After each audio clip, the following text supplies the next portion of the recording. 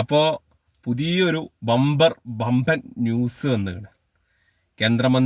നമ്മുടെ കേന്ദ്രമന്ത്രി സുരേഷേട്ടൻ്റെ സഹോദരന് ഇരട്ട വോട്ട്, കൊല്ലത്തൊന്നും തൃശ്ശൂരൊന്നും.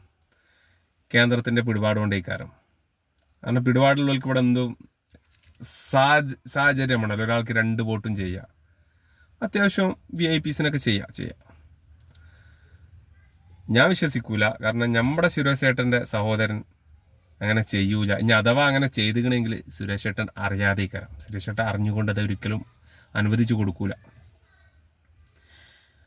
ഈ തോറ്റിൻ്റെ ആ നകളിപ്പ് തീർക്കാൻ തോറ്റ് തുന്നം പാടിയോളെ പരാതിയല്ലേ, ഓല അങ്ങനെയൊക്കെ തന്നെയല്ലേ പറയുള്ളൂ. പക്ഷെ നമ്മളെ സുഭാഷ് ഗോപി പറഞ്ഞത് ഞാൻ അങ്ങനെ ചെയ്തിട്ടില്ല എന്നാണ്.